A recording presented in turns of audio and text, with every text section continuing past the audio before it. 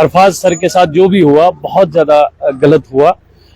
और उसके बाद मुझे लगता है उनके मुंह पर तमाचा भी लगा, जो आज देखने को मिल रहा है।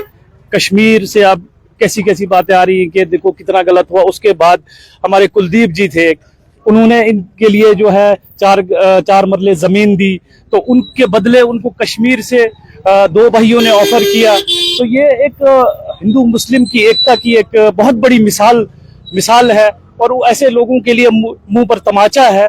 तो ये चीज इन लोगों को भी समझनी चाहिए कि जो ऑफिसर या जो भी सरकारें जो भी इसके पीछे हैं, उनके मुंह पर ये बहुत बड़ा तमाचा लगा हुआ, और उनको भी आइंदा के लिए समझना चाहिए कि उनके भी बाल बच्चे हैं जो आज वो कर रहे हैं, तो आने वाले टाइम में उनके बच्चों के साथ भी ये चीज होगी और होनी ही है। लेकिन हम मतलब ये कहते हैं कि अरफाज सर एक लोगों के लिए एक मिसाल है, बहुत अच्छा काम कर रहे हैं, जो भी मसाइल हैं लोगों के उनको उठा रहे हैं। लेकिन उसके बाद अगर इनके साथ ये चीज होगी तो कहीं ना कहीं जर्नलिस्ट जितने हैं, मुझे लगता है कोई भी सेफ नहीं है।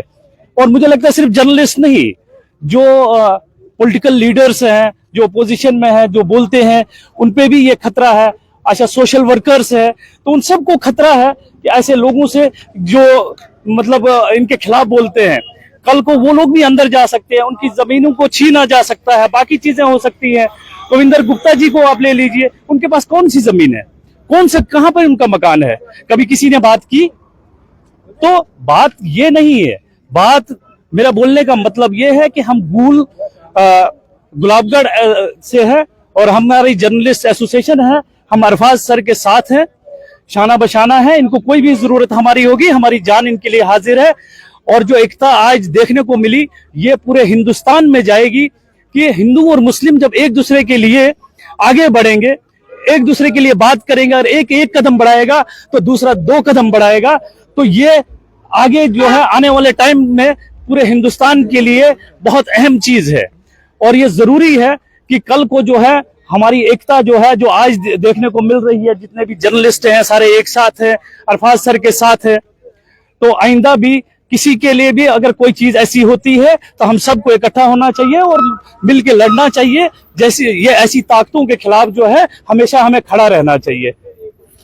देखिए, गुलाबगढ़ जर्नलिस्ट एसोसिएशन के बिहाफ पर हम लोग आज यहाँ पर आए हैं। हमारे प्रेसिडेंट साहब ने पूरी बात जो है वो रखी, लेकिन सबसे बड़ा मसला ये है कि एक जर्नलिस्ट को टारगेट करना, और वो जर्नलिस्ट जिन्होंने बहुत अच्छा काम किया, इस वक्त जम्मू और कश्मीर की आवाम का जो प्यार इन्हें मिल रहा है वो लोग देख रहे होंगे। तो इस तरह से कितनी जेडीए की जमीनें यहाँ पर हैं? क्या सिर्फ अरफाज डैंग की ही जमीन यहाँ पर, या इनका ही मुकाम सिर्फ जेडीए पर था, बाकी कोई मुकाम जेडीए पर नहीं था? हमारी पूरी एसोसिएशन इस चीज की मजम्मत करती है, और हम उम्मीद करते हैं कि फौरी तौर पर उन ऑफिसरान पर कार्रवाई होगी जिन ऑफिसरान ने इस तरह से यहाँ पर आकर पीला पंजा चलाया।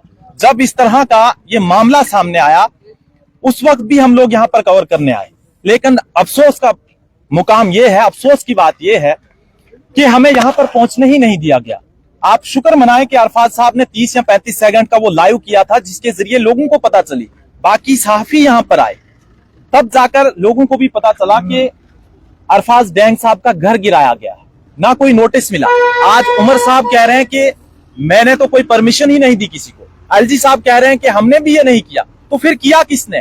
कौन सा शख्स वो था जिसने पीले पंजे यहाँ पर भेजे, जिसने 2 जेसीबीज और एक बड़ी मशीन यहाँ पर भेजी, और देखते ही देखते इनके घर को मिसमार कर दिया गया।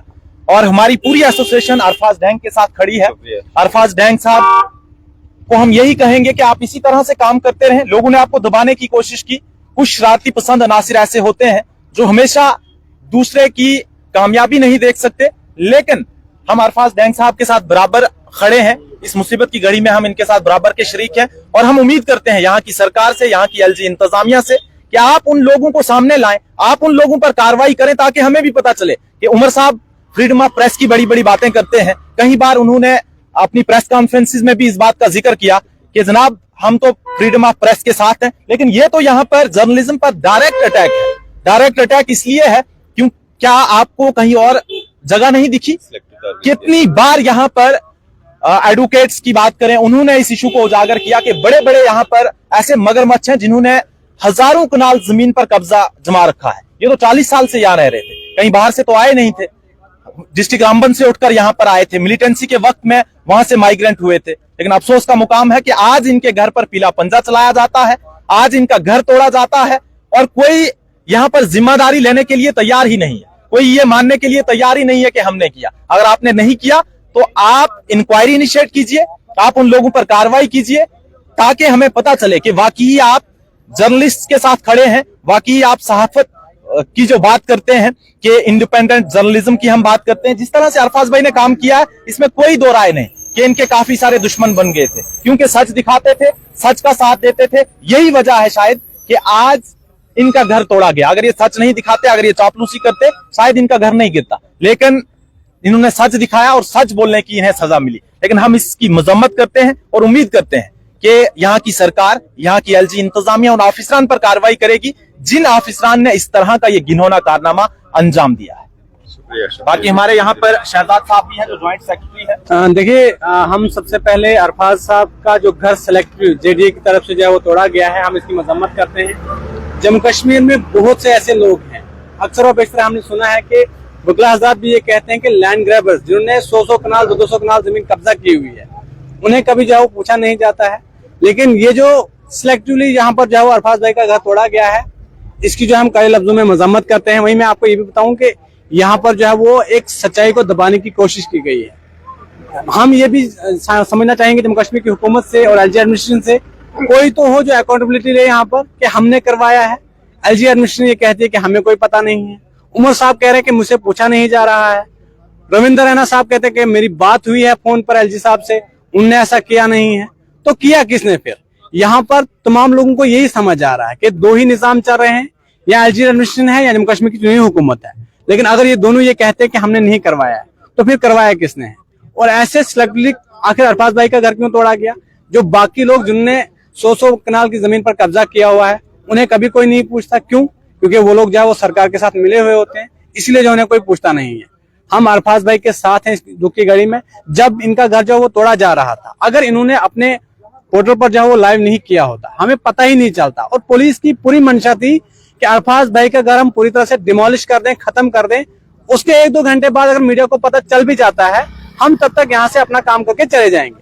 और जब हम यहाँ पर लाइव करने के लिए पहुंचे, पुलिस हमें सबसे पहले परमिशन नहीं दे रही थी यहाँ आगे आने के लिए। लेकिन फिर भी हमने दूर से दिखाने की कोशिश की और उसके बाद पुलिस से हमने पूछा कि हमें क्यों रोका जा रहा है? अरफाज भाई का आप घर तोड़ रहे हो, हमें अपना काम करने दीजिए, हमें दिखाने दीजिए कि आप इनका घर जो तोड़ रहे हो, हम दिखाएं लोगों को कि क्यों घर तोड़ा जा रहा है। वजह तो पहले हमें मालूम नहीं थी। बाद में हमने अरफाज भाई से पूछा कि वजह क्या थी, तो उन्होंने बताया कि ऐसे ऐसे बात हुई है। लेकिन जब ऐसा कोई काम जेडीए ने यहाँ करना होता है तो प्रेस को कम से कम ना रोके। बाकी जगहों पर आप कहीं डिमोलिशन चलाते हैं तो वहां पर तो आप किसी को रोकते ही नहीं हो, साथ में लेके जाते हो। पुलिस को इन्फॉर्मेशन होती है पहले से, मीडिया जो है पूरी तरह से उनके पीछे पीछे होता है साथ में कि देखिए यहाँ से तोड़ा जा रहा है यहाँ। लेकिन यहाँ पर अगर अरफाज भाई ने लाइव नहीं किया होता तो किसको पता चलता? किसी को पता नहीं चलता। यहाँ पर मैं यही कहूंगा कि यहाँ पर जो अरफाज भाई के साथ हुआ है ये गलत हुआ है। जम्मू कश्मीर की हुकूमत को भी और एलजी एडमिनिस्ट्रेशन को भी अकाउंटेबिलिटी लेनी चाहिए कि किसने करवाया आखिर। और जो लोग जिन्होंने आज ये पावर के नशे में इस तरह का कदम उठाया, उनको जो सख्त सजा मिलनी चाहिए। बाकी जो हम कहना चाहूंगा, हमारी सहाफती बरादरी के जो लोग हैं, कई सारी एसोसिएशन यहाँ पर बनी हुई है और यहाँ पर हमने गिने चुने लोग देखे हैं। अरफाज साहब ने हमेशा हर एक की बात की है, कभी अपने लिए नहीं लड़े। लेकिन आज मैं उन सहाफियों से कहना चाहूंगा, खासकर जो जम्मू डिस्ट्रिक्ट में काम कर रहे हैं, कितने सहाफी यहाँ पर आए, कितने सहाफियों ने अरफाज भाई को कवर किया। अफसोस का मुकाम है, ये बारी कल आपकी भी आ सकती है। ऐसा मत सोचिएगा कि आज अरफाज डैंग का गिरा तो आप खुशियां मनाएं, कल आपके घरों पर जब इस तरह का कोई पीला पंजा चलेगा तब शायद आपकी भी कोई सपोर्ट नहीं करेगा। सारी सहाफती बरादरी को इस वक्त अरफाज भाई के साथ खड़ा होना चाहिए और जितनी भी एसोसिएशंस बनी है, चाहे वो जम्मू की हो, वो अलग अलग डिस्ट्रिक्ट्स की हो, तमाम तर एसोसिएशंस को इस वक्त सामने आना चाहिए और अरफाज भाई के लिए आवाज बुलंद करनी चाहिए। बाकी हम अरफाज भाई से यही कहेंगे कि आपने झुकना नहीं है, आपने रुकना नहीं है। हमेशा सच को दबाने की कोशिश की जाती है, लेकिन ये एक ऐसी आवाज है जिसकी आवाज ना कभी दबेगी, ना ये कभी झुकेंगे और ना ही रुकेंगे। अपना काम इसी तरह से ये करते रहेंगे और हम इनके साथ बराबर के शरीक हैं। भाई साहब ने हमारे भाई ने, मैं उनको सलाम भी करूंगा।